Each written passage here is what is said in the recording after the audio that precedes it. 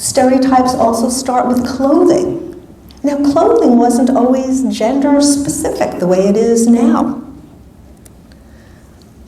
So I say, when was pink for girls and blue for boys? Does anyone know who this child, this famous child was? In what year did I say? 1884? Does anyone know who that is? That's President Franklin D. Roosevelt. Yeah. Because in the late 1800s, boys and girls were dressed the same.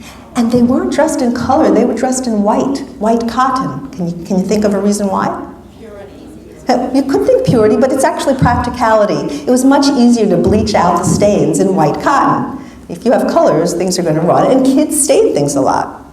So kids were dressed in this way. That's why I used to watch Little Rascals shows, and I always wondered why the little boys were dressed in little gowns. So what about pink is for girls? Pink was actually for boys.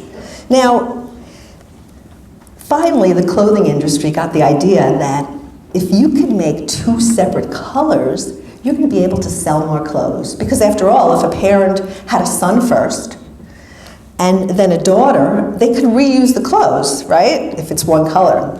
But if we had different colors, then we could sell more. You couldn't reuse clothes for a boy or a girl. And it was felt at the time that pink is a stronger color. Pink should be for boys, and blue is kind of delicate and pretty. It's for girls. Although later they revised it that pink was for brunettes and blue was for blondes. So in the 1970s, when the women's lib movement became pretty prominent, things went back to unisex clothing.